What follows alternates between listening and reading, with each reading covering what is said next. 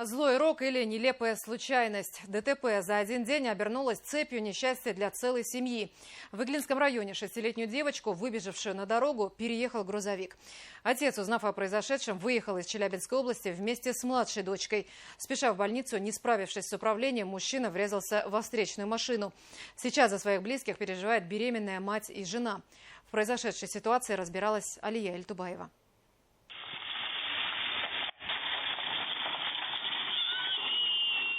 Видео, которое мгновенно облетело всю республику. На кадрах с камеры видеонаблюдения видно, как девочки, заигравшись, выбежали на дорогу. Одна из них, не заметив проезжающий грузовик, попала прямо под его колеса. Водитель пытался увернуться, но отвел только переднюю часть авто. Задняя наехала на пострадавшую. ДТП произошло именно здесь, по улице Красноярской, села Иглино. По предварительным данным, 27-летний мужчина, водитель автомобиля, по совместительству рабочий, подвозил строительные материалы к соседнему дому. Проехав буквально 15-20 метров, он совершил наезд на девочку. Здесь нет ни дорожных знаков, ни лежачих полицейских. Он взял ребенка на руки, он вроде пытался сопереживать. Он и сейчас приезжал, и вчера приезжал. Но сейчас от него никакой помощи. Помощь в дальнейшем понадобится ребенку. Мы здесь почти 5 лет живем. Я первый раз вообще такой ужас вижу. Даже не могу сказать, от чего могло такое произойти. Просто нелепое стечение обстоятельств какое-то. Девочку доставили сначала в приемный покой районной больницы, затем в тяжелом состоянии на скорой перевезли в реанимацию 17-й детской больницы Уфы. Сейчас состояние оценивается как средней степени тяжести. Рядом с ней находится беременная мама. В окно увидела, как машина наехала на ребенка. Выбежала. Надеялась, что это не моя. Оказалось, что моя. Я ее на руки взяла и поехала с ней сразу в больницу. Пациентка, девочка 6 лет, поступила после тяжелой травмы к нам в больницу. После проведения обследования госпитализирована в реанимацию и уже сегодня переведена в отделение травматологии. По стабилизации состояния планируется проведение оперативного лечения. В настоящее время с ребенком и с матерью работает психотерапевт с психологом.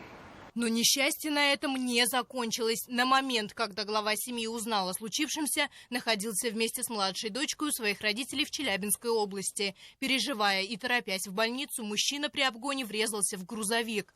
Им с малышкой также понадобилась госпитализация. Автомобиль «Лада Гранта» под управлением водителя 1993 года при совершении маневра обгона совершил столкновение с большегрузным автомобилем КАМАЗ с полуприцепом. Младшую я еще не видела, она только приехала, ее еще осматривают. А старшая предстоит операция, главное, что жива. Супруг, я не знаю, там с ним мама его, она говорит, что он, ей тоже тяжело. Она плачет, ему хорошо досталось.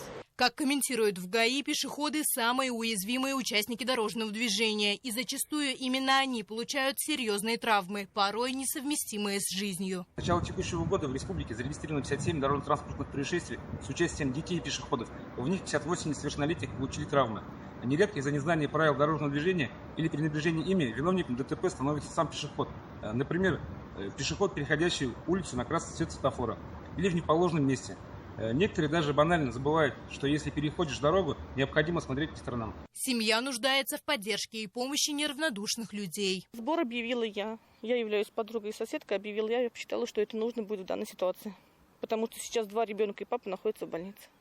Пока врачи борются за здоровье, правоохранительные органы выясняют обстоятельства обоих ДТП. Произошедшее суровое напоминание о том, как важно соблюдать правила дорожного движения и быть предельно внимательными за рулем, особенно когда на кону жизни родных. Следует быть аккуратнее на дорогах, ведь от этого зависит жизнь и здоровье наших близких. Алия Эльтубаева, Артур Хуснудинов, Ильдар Давлетов. Новости.